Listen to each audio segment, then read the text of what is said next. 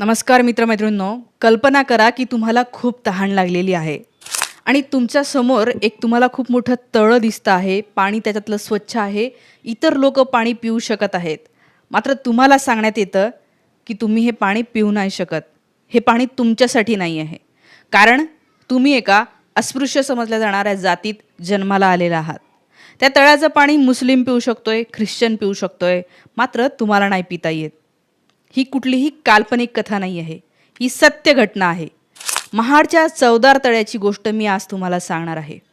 काय झालं होतं जेव्हा डॉक्टर बाबासाहेब आंबेडकर या चवदार तळ्यावर गेले आणि तिथे त्यांनी ओंजळभर पाणी घेतलं, पिलं, तर इतका हाहाकार माजला. लोक लाठ्या-काठ्या घेऊन आले. त्यांच्यासोबत बाबासाहेबांसोबत असलेल्या लोकांना मारपीट करण्यात आली, इंज्युअर करण्यात आलं, डोकं फोडण्यात आलं. ही काय गोष्ट आहे ती आपण सगळ्यांनी समजून घेतली पाहिजे. ती जोपर्यंत समजून घेता येणार नाही, तुम्ही कुठल्याही जातीतले किंवा धर्मातले असाल, तुम्हाला हे कळूच शकत नाही की या देशामध्ये इतिहास काळापासून एका समूहासोबत काय होत आलेलं आहे. तर आजपासून बरोबर 99 वर्षापूर्वी म्हणजे 20 मार्च 1927ला एक घटना झाली. महाड इथं एक परिषद भरवण्यात आली. या परिषदेची तयारी 4-5 महिने आधीपासून सुरू होती. सगळ्यांनी ठरवलं होतं की अस्पृश्य समूहातल्या सर्वांनी तिथे यायचं. त्याचे अध्यक्ष होते डॉक्टर बाबासाहेब आंबेडकर. 2 दिवसाची ही परिषद होती, 19 आणि 20 तारीख. 19 तारखेला सगळे लोक आले. बाबासाहेबांनी अध्यक्षीय भाषण केलं. खूप वेगवेगळ्या गोष्टीवर चर्चा झाली. आपण सगळ्यांनी शिकलं पाहिजे, एकत्रित लढलं पाहिजे, या गोष्टी बाबासाहेबांनी सांगितल्या. पण महाडला जे ते तळं होतं, चवदार तळं नावाचं, ह्या तळ्यावर मात्र पाणी पिऊ शकत नव्हते. या परिषदेला जवळपास 10,000 लोक आलेले होते. आणि सांगायचं म्हणजे हे जे काय मी तुम्हाला सांगते आहे काहीही मनाने सांगत नाही आहे. Doctor Babasaheb Ambedkar writing and speeches volume 17 वाचा. वॉल्यूम 17चा पार्ट 1 वाचा. याच्यामध्ये हे सगळं डिटेल दिलेलं आहे. 10,000 लोक आलेले होते. या लोकांना तिथे शेजारी तळं असून सुद्धा पाणी पिता येत नव्हतं. या परिषदेसाठी जवळपास 40 रुपयाचं पाणी तेव्हाच्या काळात पाणी विकत घेतलं होतं. विकत घ्यायला लागलोय आपण पाणी आत्ता 10 वर्षापासून, पण 99 वर्षापूर्वी सुद्धा पाणी विकत घ्यावं लागलं होतं परिषदेला आलेल्या लोकांसाठी. पहिल्या दिवशी परिषद झाली. नंतर असं ठरलं पहिल्या दिवशीच की इथे जे काही इथं पाणी आहे ते पाणी पिता येत नाही. या सगळ्यांना वेगवेगळ्या गोष्टी ठरवण्यात आल्या. इंटरकास्ट मॅरेज झालं पाहिजे असं ठरवण्यात आलं. सार्वजनिक तलाव हे सगळ्यांसाठी ओपन व्हावेत असं सुद्धा ठरवण्यात आलं. त्याच्यामध्ये काही वरिष्ठ जातीत तेव्हाचे तथाकथितले लोक सुद्धा होते. त्यांनी सुद्धा याला अनुमोदन दिलं की हो, सगळ्यांनी असं केलं पाहिजे. पण झालं असं की प्रत्यक्षात तसं कोणी करू शकत नव्हतं. सगळ्यांना भीती होती. कारण याच्या आधी अनेकदा असे प्रयत्न झालेले असताना त्यांना घनघोर शिक्षेला सामोरं जावं लागलं होतं. मारपीट झाली होती, वाळीत टाकण्यात आलेलं होतं. त्याच्यामुळे कुणीही या तळ्याचं पाणी पिऊ शकत नव्हते. ही गोष्ट तुम्हाला वाटत असेल की एका तळ्याची आहे, नाही.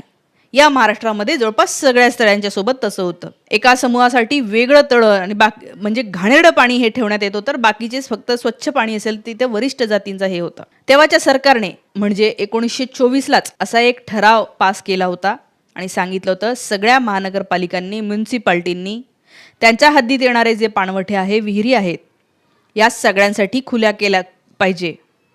तशा केसेसही गेल्या होत्या म्हणून खुल्या कराव्या असं सांगितलं. आता सरकारने तर सांगितलं खुल्या कराव्या, पण म्युन्सिपाल्टींनी केलं नाही.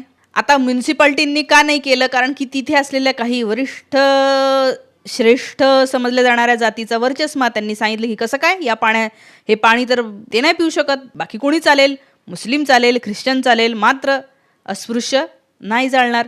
आणि त्यामुळे पाणी पिऊ शकत नव्हतं. आता मग बाबासाहेबांनी ठरवलं की जर का सरकारचा निर्णय आहे, सरकार म्हणते, सरकारने आदेश दिलेला आहे, तरी सुद्धा लोक पाळत नसतील आणि बाकीचे लोक घाबरत असतील पाणी प्यायला तिथे आणि हालत व्हायची बाकीच्या बाहेरच्या गावावरून येणाऱ्या लोकांची सुद्धा, हे व्हायचं की पाणी पिता यायचं नाही. पाणी दिसायचं पण पिता यायचं नाही. मग काय करायचं? मग बाबासाहेबांनी स्वतःहून, लीडर कोणाला म्हणतात की जे स्वतः काहीतरी पुढारलेल्या गोष्टी करतात, पुरोगामी गोष्टी करतात, सगळ्यांना अधिकार मिळवून देतात.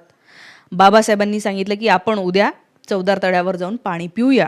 मग एकदम शांततेत जिथे परिषद भरलेली होती तिथून सगळे लोक निघाले.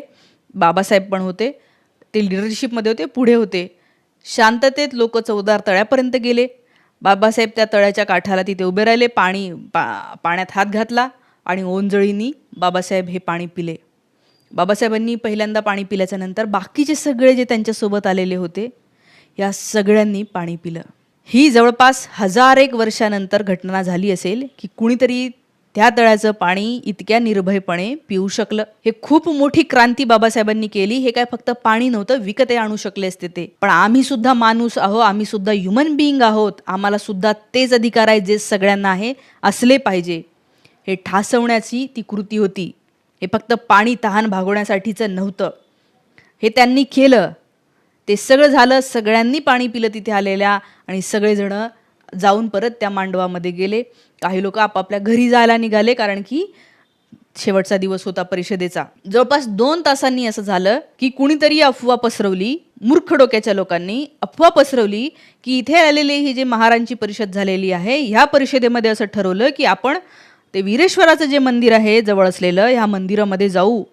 म्हणे यांनी खूप मोठा प्लॅन केला, ते त्या मंदिरामध्ये जाणार आहे आणि आता आपला देव बाटवणार आहेत, अशी अफवा पसरवली. आणि ह्यामुळे संतापलेल्या डोक्याचे, सडक्या डोक्याचे, मागास विचाराचे जे लोक होते, ज्यांना हे वाटत होते की आपल्याच धर्मातले हे लोक जर का ह्या देवाच्या मंदिरात जातील, ह्या देवाला स्पर्श करतील, तर किती मोठा अनर्थ होईल, धर्म डुबेल, धर्म बुडेल, देव बाटेल, असं बोललं गेलं. असं एकमेकांना सांगितलं, अरे देव खतऱ्यात आहे, धर्म खतऱ्यात आहे आपला.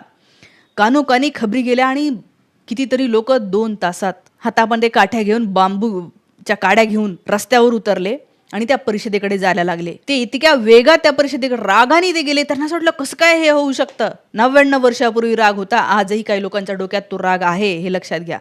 गेले तिथे, त्या परिषदेच्या तिथे. लोकांना कळलंच नाही. जे परिषदेतले सामान्य खूप दूरदूरून आलेले लोक होते, भाकरी बिकरी घेऊन आपल्या, काही लोकांसाठी तिथे स्वयंपाक केला होता, त्यांना कळलंच नाही काय होतं. काही लोक जेवण करत होते. ते जेवता जेवता म्हणजे इतक्या काठ्या भिड्या मारपीट सुरू केली की ते अनेक लोकांचे जेवतानाचे त्यांची ताटं फेकल्या गेले. जेवणाचं त्यांचं जे काय भाजी भात केलेलं होतं त्याच्यामध्ये सगळा कचरा, माती, दगड, गोटे सगळं, म्हणजे काय सांगू, असे जे बिघडलेल्या डोक्याचे गुंड टवाळखोर एकत्र आले समजा 25-30, तर ते काय करू शकतात, ते काही करू शकतात. म्हणजे त्यांनी आपलं हे पूर्ण घालवलं होतं, कॉन्शियसच्या बाहेर ते गेले होते. खाता खाता उठवलं, हे सगळं झालं, खाऊ शकले नाही आणि ते अन्न जे होतं ते सुद्धा वाया गेलं.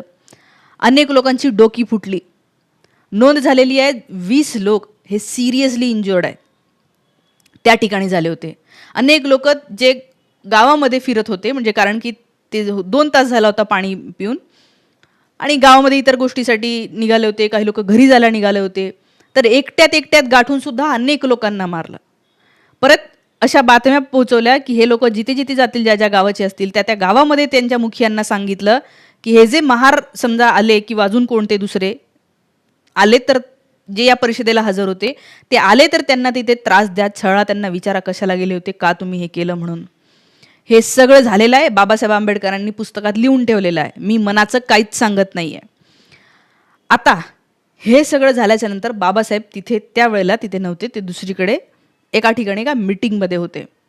जेव्हा बाबासाहेबांना हे सगळं कळलं की हे काय झालं, हे कोण गुंड आले, आणि म्हणजे लोकांना खरंच कळलं नाही तेव्हा की ते 5-10 मिनिटात वेगात ते आले, ते सगळं केलं आणि ते निघून गेले आणि बाकीच्या लोकांना मारझोड करायला लागले.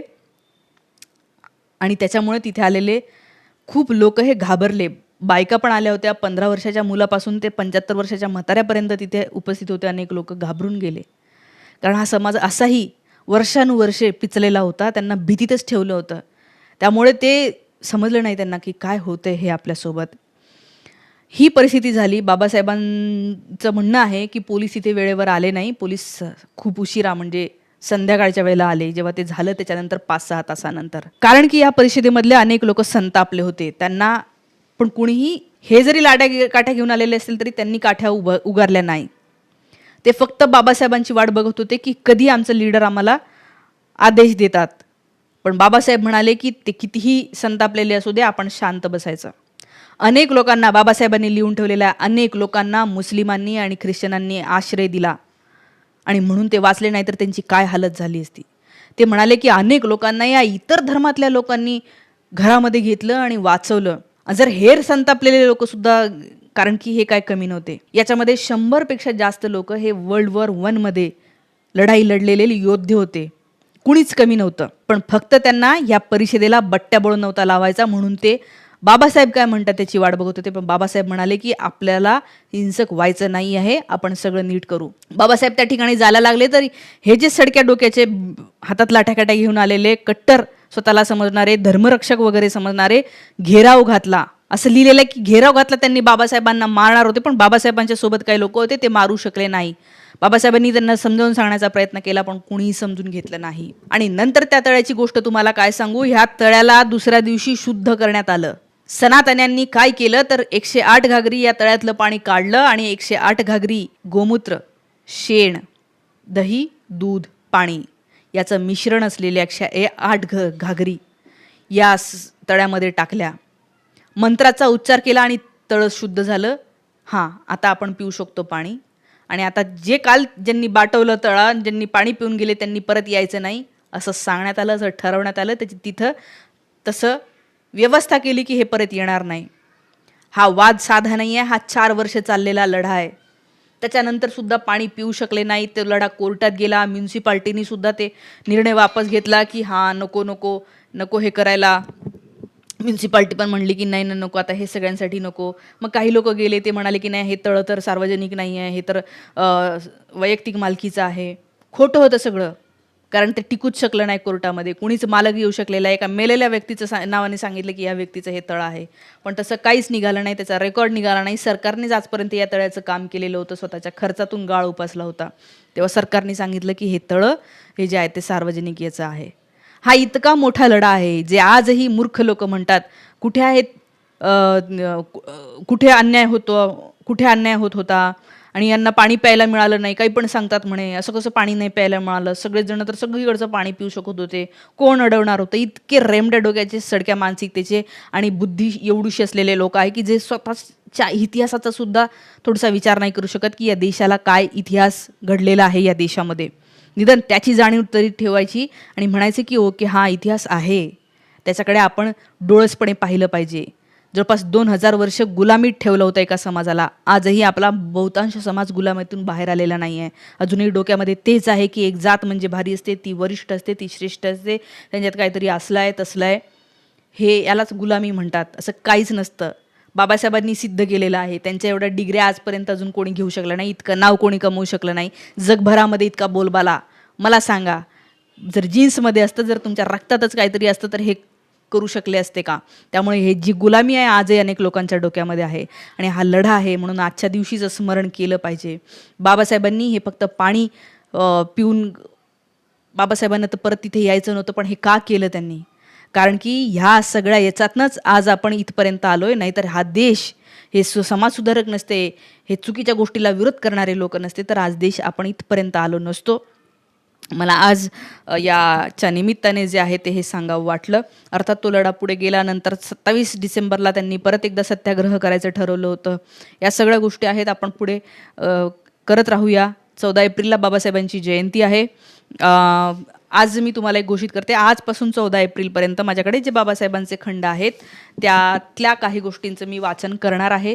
परंतु हे जे आहे ते हे पेड असणार आहे. ज्यांना आपल्याला हे करता येतं त्यांनी काही जे आहे ते मी तुम्हाला इथे हे देईल, त्याच्यावर अमाऊंट पाठवावी आणि तुम्हाला काय वाचावं बाबासाहेबांचं मी असं वाटतं ते सांगा. ते व्हिडिओ प्रायव्हेट असणार आहे, यूट्यूबलाच असणार आहे, पण काही मेंबर्ससाठीच असणार आहे. तर ते मला सांगा. इथे तुम्हाला पेमेंट कुठे करायची त्याचीसुद्धा लिंक दिलेली आहे आणि तुमचे मेसेजसुद्धा तुम्ही तिथे टाकू शकता पेमेंट केल्याच्यानंतर, किंवा मेल करू शकता तुम्ही या ईमेल ID वर. तर आज इथेच थांबते. धन्यवाद. जय भीम.